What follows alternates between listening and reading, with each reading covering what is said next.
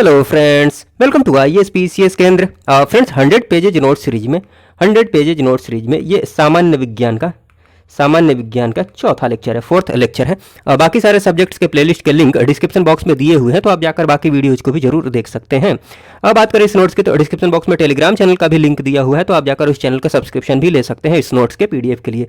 इस नोट्स की खास बात यह है कि आप BPSC की तैयारी कर रहे हो या फिर किसी भी स्टेट PCS एग्जाम की तैयारी कर रहे हो, सिलेबस में जो भी चीज़ें हैं उन चीज़ों को काफ़ी सिंपल और सिस्टमेटिक ढंग से प्रेजेंट किया गया है, जिससे कि चीज़ों को पढ़ने में आपको काफ़ी आसानी होगी और समझने में भी काफ़ी आसानी होगी। कम टाइम में क्वालिटी रिवीजन के लिए ये नोट्स आपके लिए काफ़ी फायदेमंद साबित होगा। वीडियो देखने के बाद तो आप आराम से 3 से 4 मिनट में एक पेज को रिवाइज कर लेंगे। और हाँ, ये वीडियो चूंकि रिवीजन के पर्पस से बनाया जा रहा है, तो मैं इसमें उतना ही एक्सप्लेन करूंगा जितना की जरूरत है, ताकि वीडियो की लेंथ ज़्यादा लंबी नहीं हो। हाँ, उतना एक्सप्लेन जरूर कर दूंगा ताकि आपको कोई दिक्कत नहीं हो, कॉन्सेप्ट क्लियर हो जाए। उसके बाद आप आराम से रिवीजन करते रहें। वीडियो देखकर रिवीजन करना है तो वीडियो से करते रहें, नोट से करना है तो नोट से करते रहें।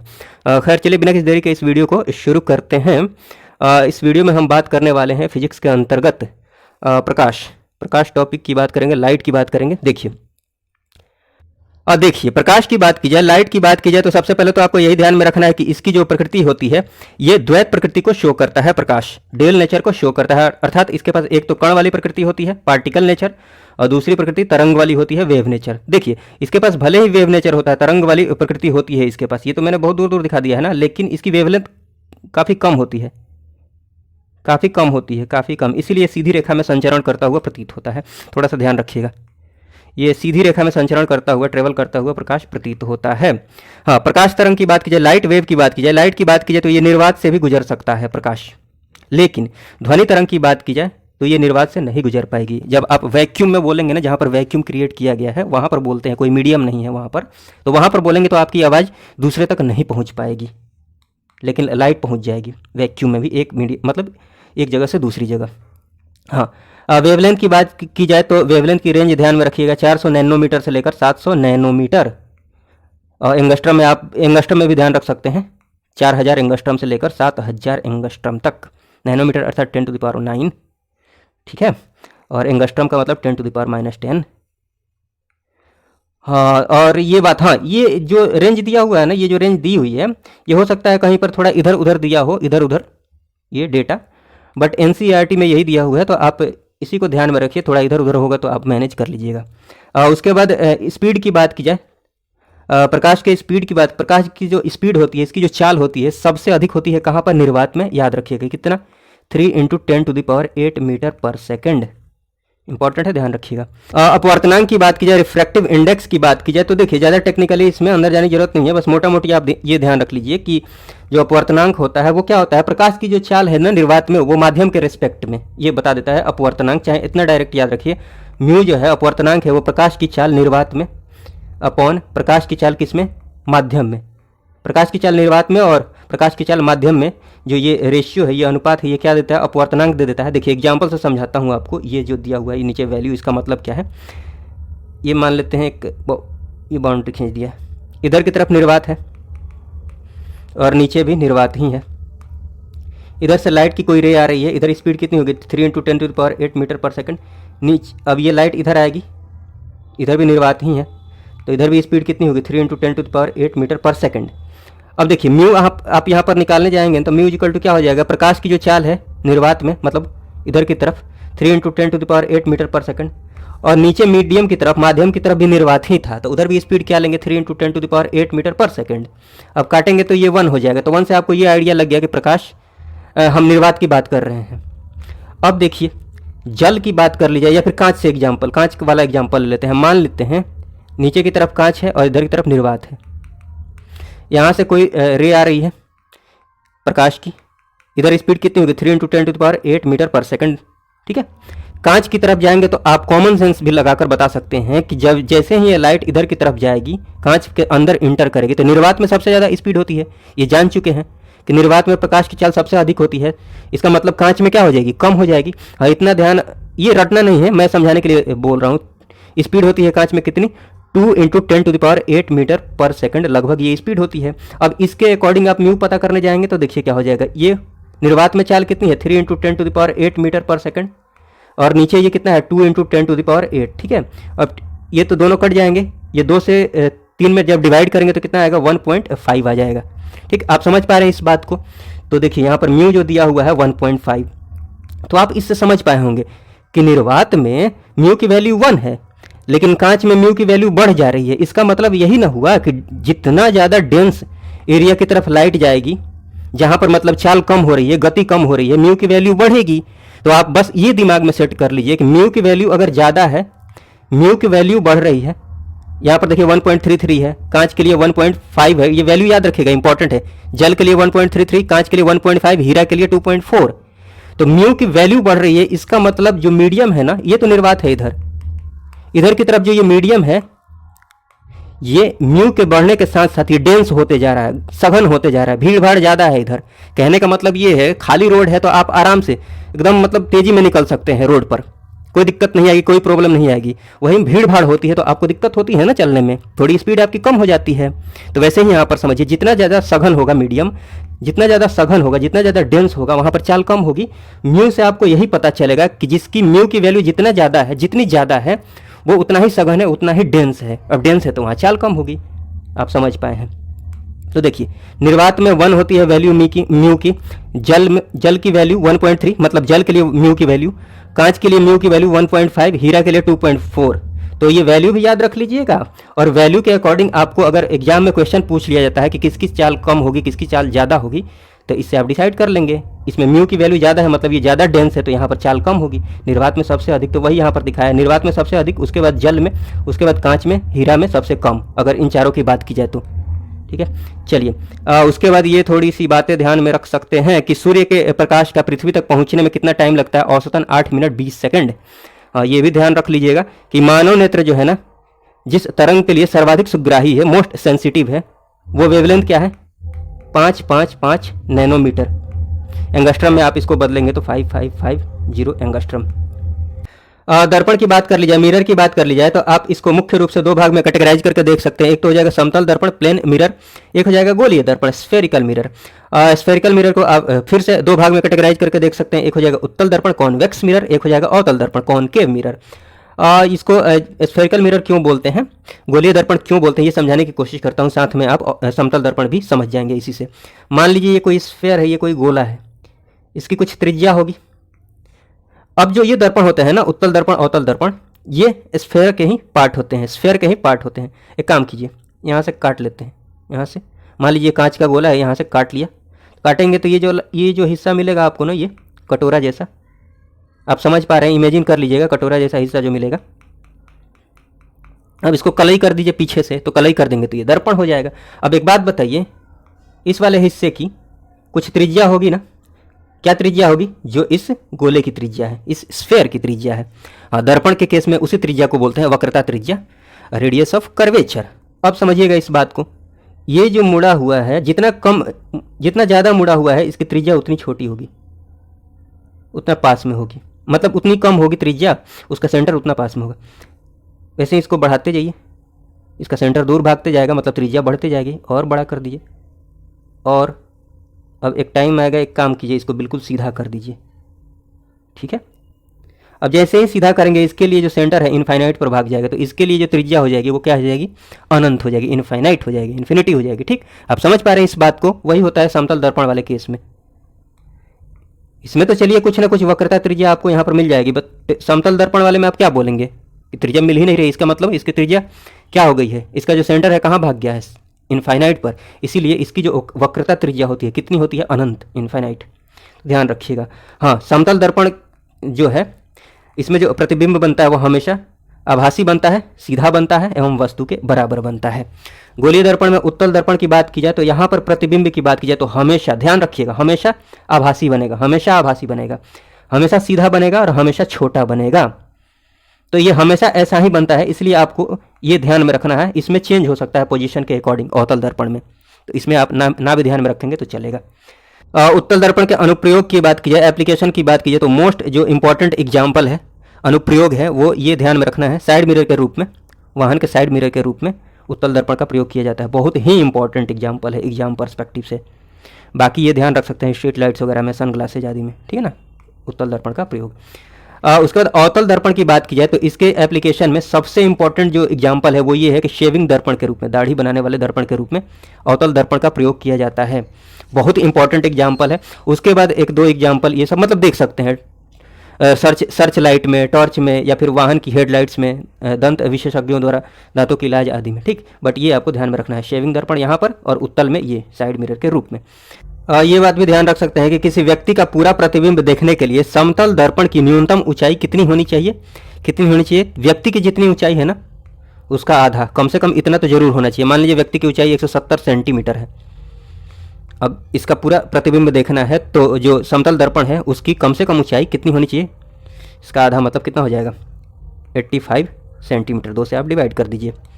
चलिए लेंस की बात कर ली जाए तो ये उत्तल अवतल में आपको कोई कन्फ्यूजन थोड़ी है। उत्तल मतलब जिसका रिफ्लेक्टिंग सरफेस, परावर्तक सतह उठा हुआ है, तल जो है उठा हुआ है, उत्तल जिसका तल उठा हुआ है। अवतल मतलब जिसका धंसा हुआ है, तो ये अवतल हो गया, ये उत्तल है, उठा हुआ सरफेस जिसका परावर्तक सतह ये वाला रिफ्लेक्टिंग सरफेस है।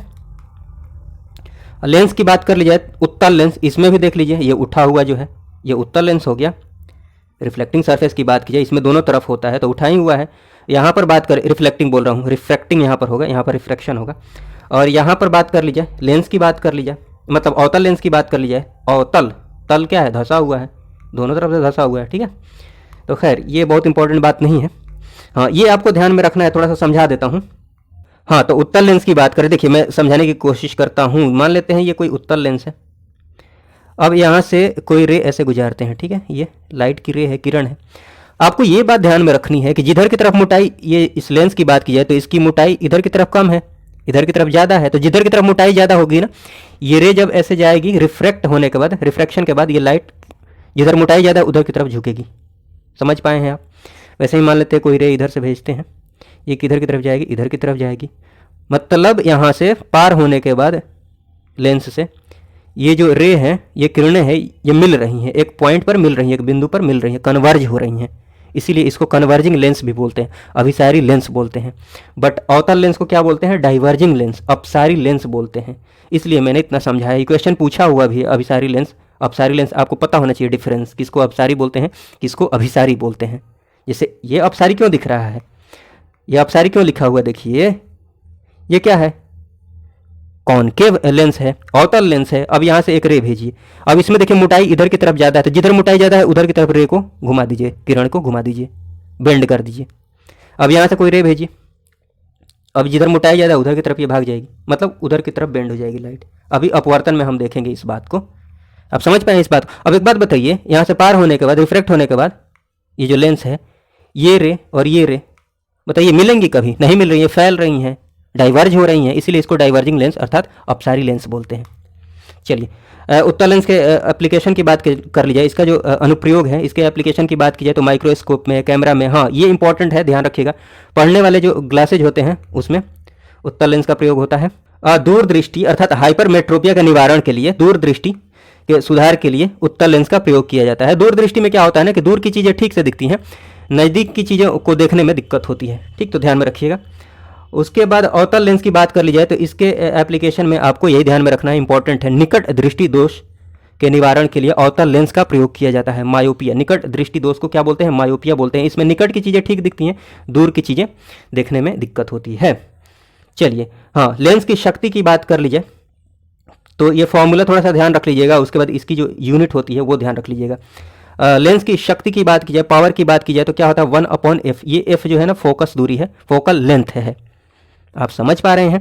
मान लीजिए ये पावर दी हुई है, शक्ति दी हुई है, अगर आपसे पूछ लिया जाए f क्या होगा, हाँ कुछ ना बोला जाए तो सब SI यूनिट में लेना होता है। जैसे फोकल लेंथ ये दूरी है तो ये मीटर में लेंगे। अब ऑप्शन में जो दिया होगा उसके अकॉर्डिंग आप कन्वर्ट कर लीजिएगा। मान लीजिए ये कोई एग्जाम्पल है, P दिया हुआ है, पावर दी हुई है, 2 डायोप्टर, F पता करना है, हमें पता है P इक्वल टू कितना होता है? 1/f। P equal to 1/f, ये एग्जाम में पूछा हुआ है इसलिए मैं समझा रहा हूँ। पावर कितना है? 2 है, 1/f। अब f पता करना है तो इसको इस तरफ लाइए और 2 को इस तरफ, तो 1/2 हो जाएगा। 1/2 मतलब 0.5, ठीक है। अब कुछ किया नहीं है, अब ये जो डायोप्टर है ये भी SI यूनिट है, किसकी? शक्ति की। तो ये पूरा जो f निकल कर आएगा वो किस में आएगा? SI यूनिट में ही आएगा। 0.5 SI यूनिट दूरी की क्या होती है? मीटर। अब ऑप्शन में सेंटीमीटर में दिया है तो इसमें कई से मल्टीप्लाई कर देंगे 100 से, वही मैंने किया है, तो आराम से 50 सेंटीमीटर इसका आंसर हो जाएगा। खैर, आपको ये ध्यान में रखना है कि जो इसका जो एसआई मात्रक होता है डायोप्टर होता है, लेंस की शक्ति का मात्रक डायोप्टर, याद रखिएगा। हाँ, पावर की बात की जाए तो धूप के जो चश्मे होते हैं ना उसकी पावर कितनी होती है, तो कोई पावर नहीं होती, 0 डायोप्टर उसकी पावर होती है। ये एक इंपॉर्टेंट बात है। देखने में उत्तल लेंस जैसा दिखता है, बट जल के अंदर जो वायु का बुलबुला होता है, बबल्स होते हैं, वो कैसे व्यवहार करते हैं, वो कैसे रिएक्ट करते हैं, अवतल लेंस के जैसे, उत्तल लेंस के जैसे नहीं, ये ध्यान रखिएगा। देखने में आपको लगेगा उत्तल लेंस जैसा, बट वो अवतल लेंस जैसा बिहेव करते हैं, इसलिए मैंने यहाँ पर लिख दिया है, ये एग्जाम में पूछा हुआ भी है। स्पष्ट दृष्टि के लिए न्यूनतम दूरी कितनी होनी चाहिए? अगर आँख ठीक ठाक है, अच्छी है आँख, कोई दिक्कत नहीं, आँख में प्रॉब्लम नहीं है, तो मिनिमम दूरी कितनी होनी चाहिए ताकि आप वस्तु को ठीक ठीक देख सकें, क्योंकि बहुत पास में लाते हैं तब भी तो नहीं दिखती है ना। तो मिनिमम दूरी होनी चाहिए 25 सेंटीमीटर, स्पष्ट दृष्टि की न्यूनतम दूरी। आंखों में जो प्रतिबिंब बनता है वो कहाँ पर बनता है? दृष्टिपटल अर्थात रेटिना पर बनता है। और ये भी ध्यान में रखिएगा, छोटा बनता है तथा उल्टा बनता है, छोटा तथा उल्टा। उसके बाद बात कर ली जाए तो ये चलिए, ये दर्पण वाली बात है, यहाँ पर मैंने लिख दी है, ध्यान रख सकते हैं इसको। दो समानांतर अगर दर्पण है, दो समानांतर दर्पण, इनके बीच कोई वस्तु रखते हैं ना, तो इसका जो प्रतिबिंब बनेगा, प्रतिबिंबों की संख्या कितनी होगी? अनंत होगी। कैसे अनंत हो जाएगी? इसका प्रतिबिंब इसमें इधर बनेगा, फिर इसके लिए इस दर्पण पर भी तो प्रतिबिंब बन रहा होगा, इस दर्पण में भी तो प्रतिबिंब बन रहा होगा। अब एक बात बताइए, ये जो प्रतिबिंब दिख रहा है इसका भी प्रतिबिंब इसमें बनेगा और इस वाले का भी प्रतिबिंब इसमें बनेगा। कुल मिलाकर आप समझ रहे हैं कि सबका बनते रहेगा, तो अनंत प्रतिबिंब बन जाएगा। चलिए, अपवर्तन की बात कर ली जाए तो अपवर्तन क्या होता है? जब प्रकाश एक पारदर्शी माध्यम से दूसरे पारदर्शी माध्यम में प्रवेश करता है तो उसका जो मूल पथ होता है, मान लीजिए प्रकाश को ऐसे सीधा जाना है, अब इसमें विचलन हो जाता है, डेविएशन हो जाता है, मतलब जाना ऐसे है, ऐसे हो गया, ठीक है, तो उसी को अपवर्तन बोलते हैं, रिफ्रैक्शन। तो मूल पथ से विचलन, जैसे यहाँ पर मैंने दिखाया है रेरर डेंसर वाला एग्जाम्पल, रेरर डेंसर वाला जो एग्जाम्पल है मैंने शुरू में ही दे दिया है, तो उस कॉन्सेप्ट को यहाँ पर यूज करेंगे। देखिए, मान लीजिए इधर की तरफ रेरर मीडियम है, विरल है, रेरर अर्थात विरल, और इधर डेंसर है अर्थात सघन है, मतलब इधर भीड़ भाड़ कम है, इधर भीड़ भाड़ ज़्यादा है, तो इधर की तरफ स्पीड क्या होगी? ज़्यादा होगी प्रकाश की, इधर की तरफ कम होगी। हालांकि यहाँ पर हम स्पीड की बात नहीं करेंगे। आपको ये ध्यान में रखना है कि रेरर से जब डेंसर की तरफ कोई रे जाएगी, किरण जाएगी, तो इसको बोलते हैं लंब अभिलंब, लंब या अभिलंब बोलते हैं। तो अभिलंब की तरफ ये रे बेंड हो जाएगी, झुक जाएगी। देख रहे हैं ना, इसमें झुका हुआ मैंने दिखाया, एग्जाम में क्वेश्चन पूछा गया है, तो आप इस बात को, फोटो को ध्यान में रखिएगा। रेरर से डेंसर की तरफ जाएगी तो बेंड हो जाएगी अभिलंब की तरफ, ध्यान रखिएगा। और डेंसर से, अगर डेंसर से मान लीजिए, इसमें दिखाया नहीं बट उल्टा आप समझ लीजिए, डेंसर से मान लेते हैं ऐसे रे जा रही है, ठीक, एक मिनट, ऐसे रे जा रही है, ऐसे रे गई है, तो ये जो अभिलंब है ना, इससे दूर भागेगी। अगर डेंसर से रेरर में कोई रे जा रही है तो आप समझिएगा इस बात को। एक काम कीजिए, इसको थोड़ा अब ऐसे कर देते हैं, ऐसे भेज रहे हैं, तो अब ये ऐसे भाग जाएगी, थोड़ा ऐसे कर दीजिए, तो एक टाइम आएगा कि हो सकता है इसके समानांतर ही भाग जाए, मतलब ये जो ये बाउंड्री है ना, बॉर्डर है, उसी के पैरेलल में भाग जाए। आप समझ पा रहे हैं इस बात को? हाँ, थोड़ा और ऊपर, अब इससे ज़्यादा, थोड़ा भी ज़्यादा ऊपर करेंगे इस रे को और इस पर गिराएंगे तो ये इधर की तरफ वापस इसी मीडियम में आ जाएगी। मतलब यहाँ पर क्या हो जाएगा? रिफ्रैक्शन नहीं होगा, यहाँ पर क्या हो जाएगा? रिफ्लेक्शन हो जाएगा, परावर्तन हो जाएगा। इसी को बोलते हैं TIR, टोटल इंटरनल रिफ्लेक्शन। अब इसमें मैंने TIR भी समझा दिया है, आगे मैंने नोट डाउन किया है, आपको टेंशन लेने की जरूरत नहीं है, बट ये समझा रहा था तो इसी में समझा दिया, ठीक। हाँ, आपको ये बात ध्यान में रखना है कि ये जो कंडीशन आई थी, ये रे जो मैंने भेजा था यहाँ पर, एक बार मिटा कर दिखाता हूँ। एक ये कि मान लीजिए ये रे को जैसे ही भेजा था, ये रे ना रिफ्लेक्ट हुई थी ना रिफ्रैक्ट हुई थी, ये बॉर्डर के पैरेलल, ये जो बाउंड्री बनाई गई है ना, इसके पैरेलल गुजर गई थी। तो इसी को बोलते हैं क्रांतिक कोण, क्रिटिकल एंगल। अब इससे थोड़ा भी ज़्यादा एंगल आप करेंगे ना, ये इंसिडेंस एंगल, आपतन कोण को थोड़ा भी बढ़ाएंगे तो ये इधर की तरफ आ जाएगी। चलिए, तो अब समझाने का कुछ रहेगा नहीं, इसलिए मैंने यहीं पर समझा दिया। हाँ, अपवर्तन के कुछ एग्जाम्पल ध्यान में रख लीजिएगा, इंपॉर्टेंट है।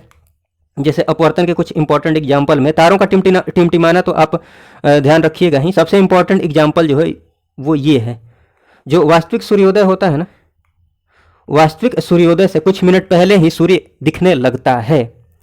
ऐसा क्यों होता है? थोड़ा सा मैं समझाने की कोशिश करता हूँ। देख लीजिए, मान लीजिए पृथ्वी है और ये पृथ्वी का वायुमंडल है। अब एक बात बताइए, ये थोड़ा डेंसर होगा ना, ये घना होगा, इधर घनत्व तो कम होगा। अब इधर मान लेते हैं इधर सूर्य है, इधर की तरफ सूर्य है। अभी मैंने बताया है कि सूर्य की लाइट जब ऐसे आएगी ना, मान लेते हैं सूर्य की लाइट ऐसे आई, सूर्य का जो प्रकाश आ रहा है, उसकी जो रे आ रही है, किरण आ रही है, ऐसे आई, और यहाँ पर मैं लंब खींच देता हूँ। तो अभी मैंने क्या बताया है, रेरर से, इधर रेरर हो गया ना, ये वाला डेंस है, तो रेरर से जब डेंसर में इंटर करेगी रे, तो अभिलंब की तरफ क्या हो जाएगी, ये अभिलंब है ना, ये अभिलंब है, तो इसको जाना ऐसे चाहिए, लेकिन ये किधर की तरफ झुक जाएगी, अभिलंब की तरफ झुक जाएगी। आप समझ पा रहे हैं इस बात को, इधर की तरफ झुक जाएगी तो रे यहाँ पर जो व्यक्ति खड़ा है उसके पास पहुंच जाएगी। ये सूर्य इधर है बट रे पहुंच जा रही है, तो रे के अकॉर्डिंग ही चीज़ें दिखती हैं। आपने अगर ये क्या बोलते हैं लाइट वाले चैप्टर को, लाइट वाले टॉपिक को बहुत अच्छे से पहले से पढ़ा हुआ है, तो आप इस बात को समझते होंगे जो मैं समझाने की कोशिश कर रहा हूँ।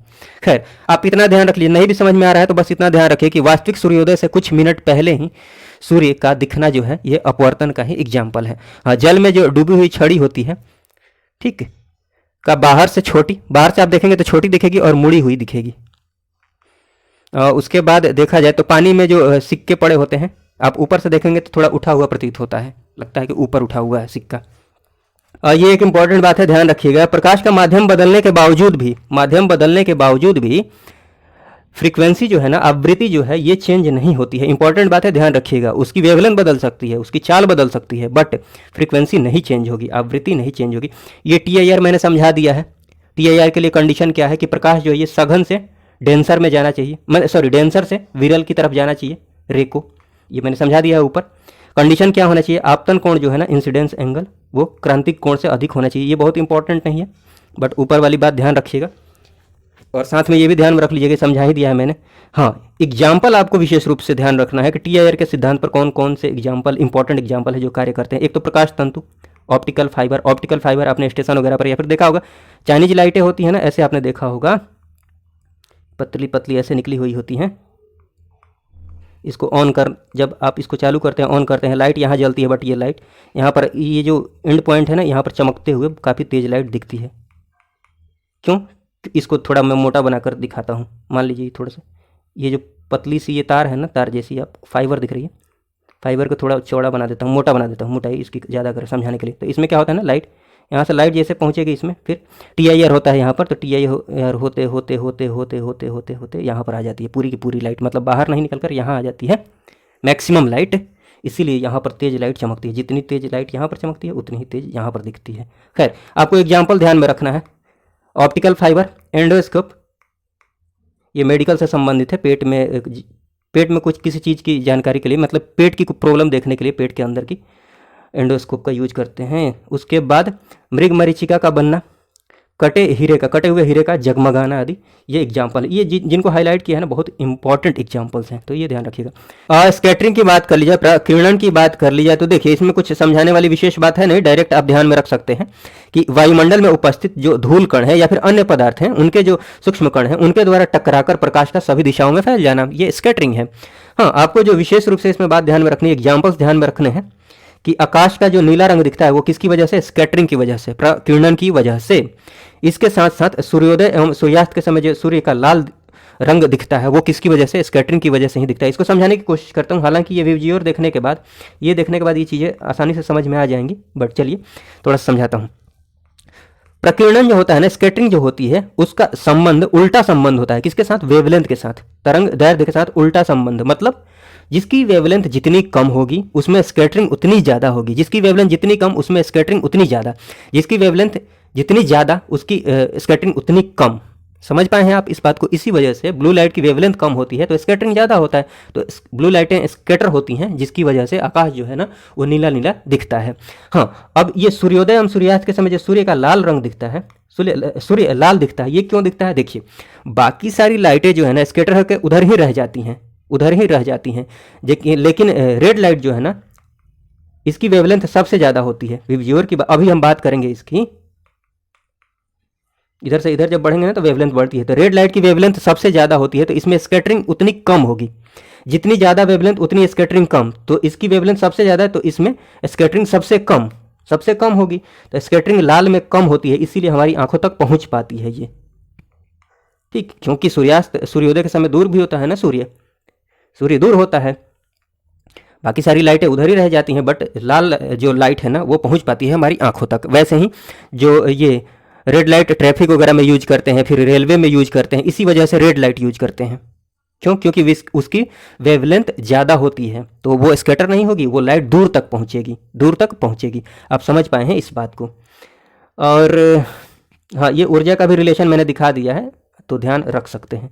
ऊर्जा का भी जो रिलेशन होता है ना वेवलेंथ के साथ उल्टा ही होता है। हाँ, अंतरिक्ष की बात कर लीजिए तो देखिए यहाँ पर अंतरिक्ष से आकाश का रंग क्या दिखता है? ब्लैक दिखता है। वायुमंडल नहीं है वहाँ पर, तो स्कैटरिंग कहाँ से होगी?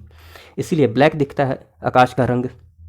वर्ण विक्षेपण की बात कर ली जाए, डिस्पर्सन की बात कर ली जाए, तो अभी हमने जो देखा है उसी कॉन्सेप्ट को यहाँ पर यूज करना है। देखिए, व्हाइट लाइट की बात कर ली जाए, मान लीजिए सूर्य का प्रकाश है, सूर्य का प्रकाश जो है व्हाइट लाइट का ही तो एग्जाम्पल है।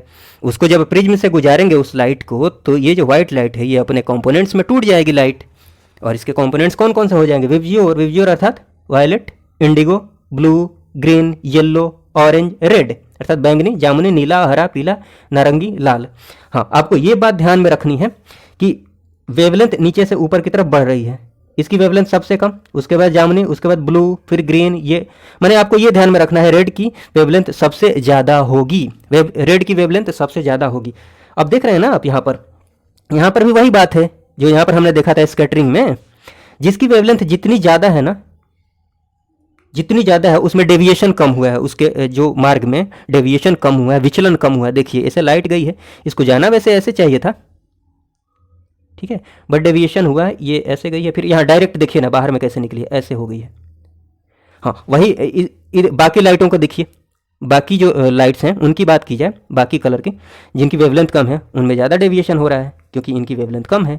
रेड की वेवलेंथ ज़्यादा है तो उसमें कम डेविएशन, कम विचलन हुआ है, कम विचलन हुआ है, ठीक है। अब समझ पाए इस बात को। तो वही वाला कॉन्सेप्ट है, सेम टू सेम वही कॉन्सेप्ट है। हाँ, इसका एग्जाम्पल जो है ये बहुत इंपॉर्टेंट है, ये जरूर ध्यान में रखिएगा। इंद्रधनुष का जो बनना है ना, इंद्रधनुष जो बनता है वो इसी का एग्जाम्पल है। हाँ, इसमें जो रंगों का क्रम है वो जरूर ध्यान रखिएगा, यही रंगों का क्रम होता है विबजियोर। अब ये क्यों मैंने बोला है ध्यान रखने को? हाँ, ये भी ध्यान रख सकते हैं कि जो इंद्रधनुष बनता है ना हमेशा सूर्य की विपरीत दिशा में बनेगा। इसका मतलब दोपहर में जब सूर्य लंबवत चमक रहा होगा उस समय इंद्रधनुष नहीं बन पाएगा। इसका मतलब यही ना हुआ? तो ये बात ध्यान में रखिएगा आप, जब सूर्य लंबवत होगा दोपहर के समय लंबवत चमकेगा तो इंद्रधनुष नहीं बन पाएगा। हाँ, तो इंद्रधनुष हमेशा सूर्य के विपरीत दिशा में बनता है। और इसमें रंगों का क्रम आपको ध्यान में रखना है। क्या क्रम रहेगा? विबजियोर। क्यों मैंने बोला है? क्योंकि क्वेश्चन में ऐसा पूछ लिया जाता है और पूछा जाता है, ये पूछे जाते हैं क्वेश्चन ऐसे कि जो एंड वाले कलर हैं, एंड पॉइंट वाले कलर वो कौन कौन से हैं? तो एंड में कौन कौन से हैं? एक तो ये वायलेट हो गया, बैंगनी, और इधर रेड, लाल। बीच वाला कलर कौन सा है भाई? तो बीच वाला आप देख रहे हैं यहाँ, ये ग्रीन। इसलिए मैंने बोला है ये ध्यान रखेंगे तो यहाँ से क्वेश्चंस बनते हैं ऐसे ही, बहुत मुश्किल चीज़ नहीं है। तो चलिए फ्रेंड्स, इस वीडियो में बस इतना ही रहने देते हैं, वीडियो की लेंथ ज़्यादा लंबी हो जाएगी। अगले वीडियो में हम पूरी की पूरी फिजिक्स कंप्लीट कर लेंगे। इस वीडियो को देखने के लिए आपका बहुत बहुत धन्यवाद। जय हिंद, जय भारत।